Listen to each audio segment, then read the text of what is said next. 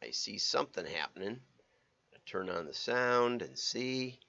And no picture. No picture. And see. There it is. Okay, it's working. 5, 4, 3, 2, 1. I'm John Miglosh for the WDMA and the International Society for Strategic Marketing.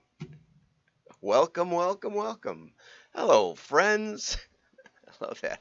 Why didn't I think of that? Well, I could have just listened to Joe Rogan more often. I would have stolen it. But we just say hello. Let's see. Let's get over to the news and stuff. Okay, first we'll start with another Super Bowl ad. And this is about skeptics. The wheel. Down a little. The wheel. I don't think so. I don't think it's going to work. It's a miss. The Incas had wheels. It's a fork. I got 10 forks right here. Forks. Who needs a fork? Who needs a toilet? Who want indoor toilets? Think about it. The smell and everything. No king. The people shall have the right to vote. Even the stupid ones? Even the stupid ones. Edison, can I be honest with you? It stinks. The light, Nobody's gone to light the bulb. moon, ever. Why not? It's far. It's too far. It's far. の未来はポータブルミュージックです。 Portable music. You'll always be looking for batteries. Like I was saying, it's FTX. It's a safe and easy way to get into crypto. I don't think so. And I'm never wrong about this stuff. And who is Never. never wrong? Be like Larry. Don't miss out. Crypto fix. Anyway, terrible ad, but it does raise a great point that sometimes we're missing out because of our preconceived notions. And I'm here to shatter those notions. That's what I do every day. And sometimes you'll disagree. We welcome your comments. And I think the comments thing is working now. The style consultant says she loves that commercial. Anyway, yeah, I liked it too, except for I don't get what they're selling, and that's the problem with that commercial. You know, what was that about? Nobody knows, you know, and but the preconceived notions are there. And as I was trying to say in the middle of the commercial, the Incas had wheels on their toys. They had little pull wagons and stuff, but they never built them big enough to pull anything around. They never used them in commerce. And isn't that funny? Right. Anyway, let's get over to the rest of the news. But before we do, we're going to be celebrating 2-2-2-2-2-2-2-2-2 on Tuesday. We're going to set an alarm at 22 after 2 and 22 seconds. And it will be a once in a millennial time to be talking about direct mail and direct marketing, and also be celebrating 2-2-2-2-2-2-2-2, which you didn't even think was coming.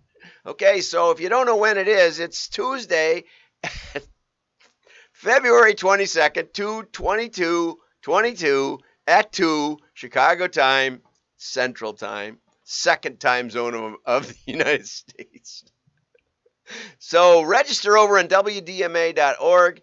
And the style consultant also says I should say that YouTube has better notifications. If you click the subscribe button and the bell, you'll actually get a little notification, I think, if you'll turn those on, and you can be right with us as we speak. And I'm noticing that YouTube is actually getting some views, which it hasn't for years. And now LinkedIn is going down to nothing.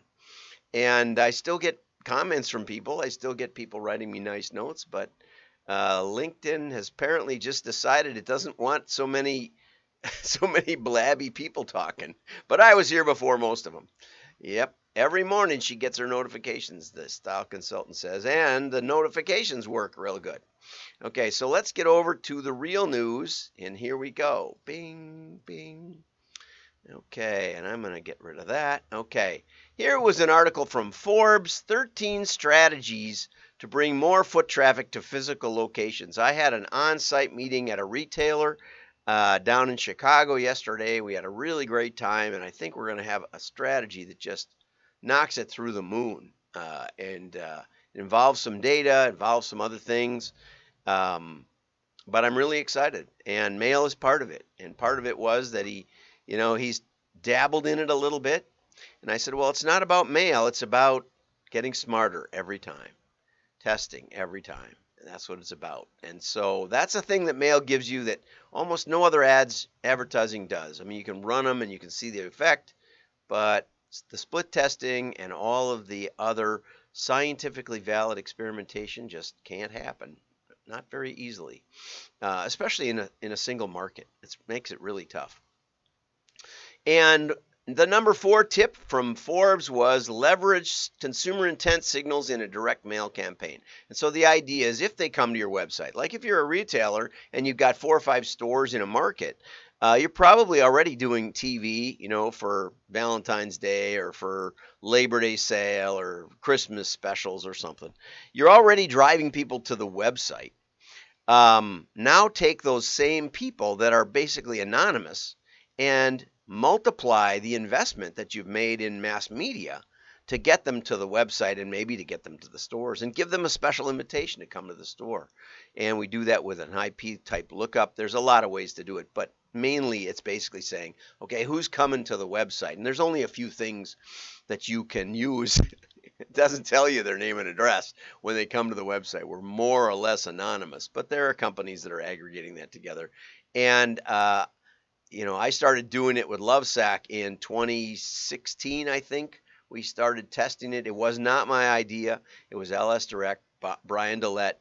It worked. It worked like crazy.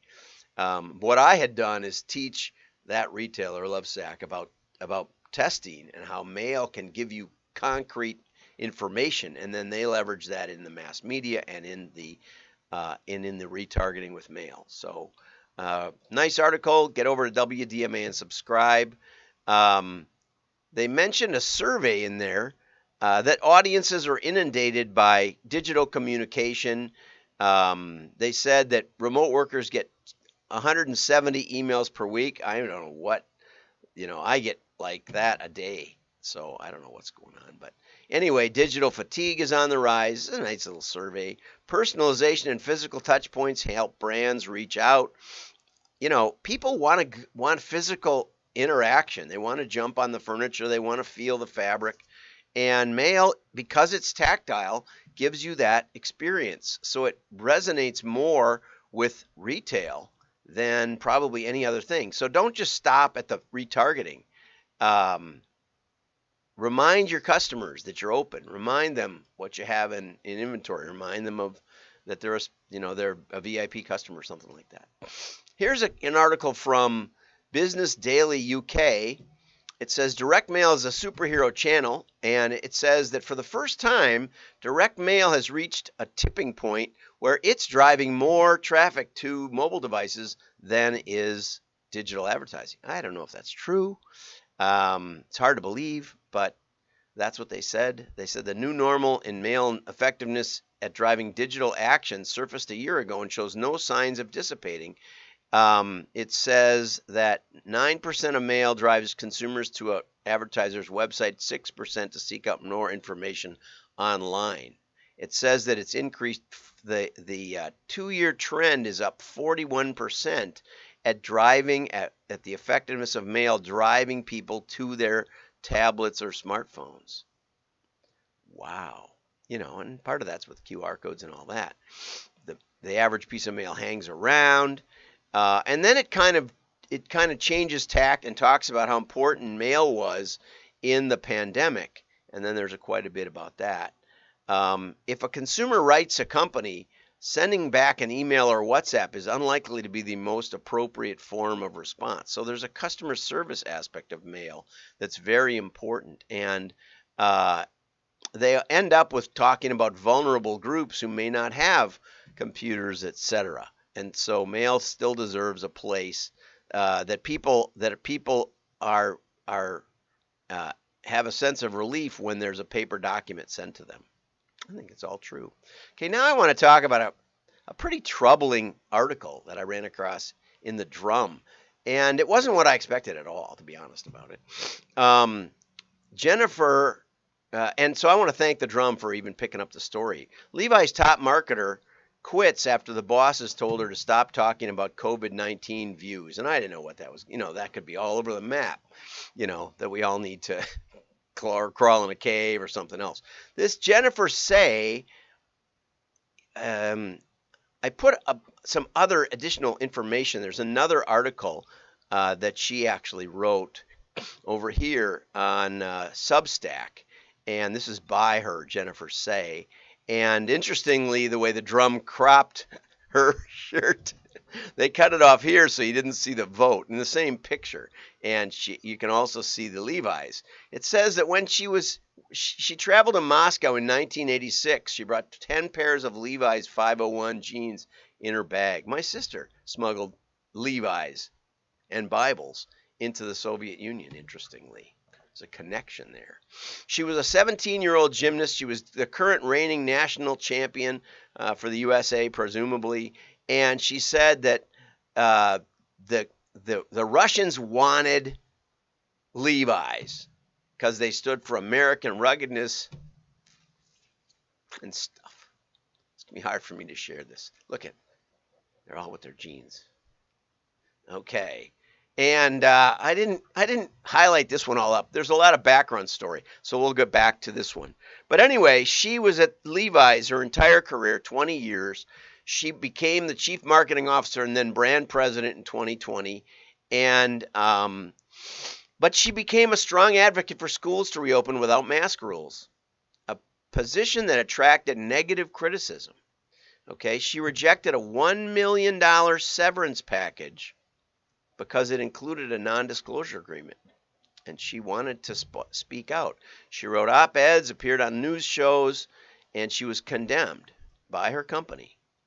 She said she was told, you know, when you speak on behalf of our company, and our head of corporate communications urged me to pipe down. She'd been pressured by Levi's legal and HR teams, and finally, Chief Executive Chip Burr. They didn't try to muzzle me outright. I was told repeatedly to think about what I was saying. She was also castigated for her husband's social views, and there's a lot more about it. But this is the most interesting part. She was labeled a racist because San Francisco's public school system has a high percentage of black and brown kids, and I must not have cared if they died because I was against the standard CDC. You know, the CDC is a for-profit corporation, I believe, as far as I know. It's not a non-for-profit. It's not even, it's a drug company funded corporation. I don't know why they get to tell us what the official science position is. She was, and now we'll jump down here. And so she was labeled a racist. And it got really, really, really bad. In the fall of 2021, this is from the other article, during a dinner with the CEO, I was told I was on track to become the next CEO. The stock price had doubled under my leadership, and revenue returned to pre-pandemic levels. The only thing standing in my way, all I had to do was stop talking about the school thing.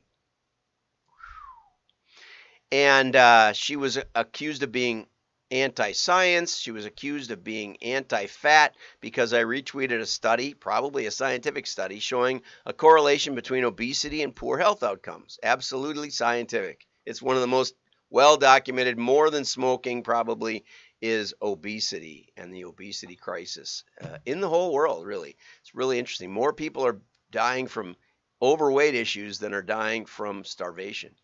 It's like the first time in the history of the world. But anyway, she was accused of being anti-trans because she tweeted that we shouldn't ditch Mother's Day and substitute Birthing People's Day, which I have heard advocated, because it left out adopted and stepmoms. Right? Right. I mean, I don't really care, to be honest, about that opinion, but it seems like it's a legitimate point that can be raised. And so at one meeting of executive leadership, the CEO made an offhand remark saying I was acting like Donald Trump, the greatest condemnation possible. And here's the conclusion of that other article. I love Levi's and its place in the American heritage as a purveyor of sturdy pants for hardworking, daring people who moved west and dreamed of gold buried in the dirt. The red tag on the back pocket of the jeans I handed over to the Russian girls used to be shorthand for what was good and right. about this country. And when I think about my trip to Moscow, I still get a little choked up. Good for you. But the corporation doesn't believe that now. It's trapped in trying to please the mob. And that I wanted to highlight. Please the mob. So many times, I think, and why this is so inauthentic, these causes that corporations espouse, while in the back room, Google espouses diversity, but fired one of their top engineers. And, that was very public about 2 or 3 years ago because he said they were unfair to men. If you had any view on male capability, you were like ostracized. I don't know the details about it, but it's not right to be espousing diversity on one hand and shutting down others on another and silencing any dissent within the organization. It's like so many other American companies held hostage by intolerant ideologues who do not believe in genuine inclusion or diversity. I mean, she was marching or walking in a pride parade in 2015. I mean, this stuff is insane. Once it gets traction, it just keeps going. So I think there's a message there. I think there's a message that diversity begins at home, and diversity begins with diversity of opinion, right? Any other kind of diversity is probably racist or sexist or something else. If you start elevating one group and saying, well, we need to have those kind of people, meaning those color people or those gender people or whatever it is. The most important diversity is the diversity of thought. And so I commend Jennifer Say for not taking the NDA or the non-disclosure agreement, NDA, and for giving us something really to chew on. And I'm proud of her being a marketing person. And I wanted to bring that up today. So I welcome your comments. If you disagree, that's fine. We welcome diverse opinions here. Have a great day. Like and share. Your friends will know you're smart. KCDMA. If you're a direct marketing organization and you want to get on camera, just send me your mug.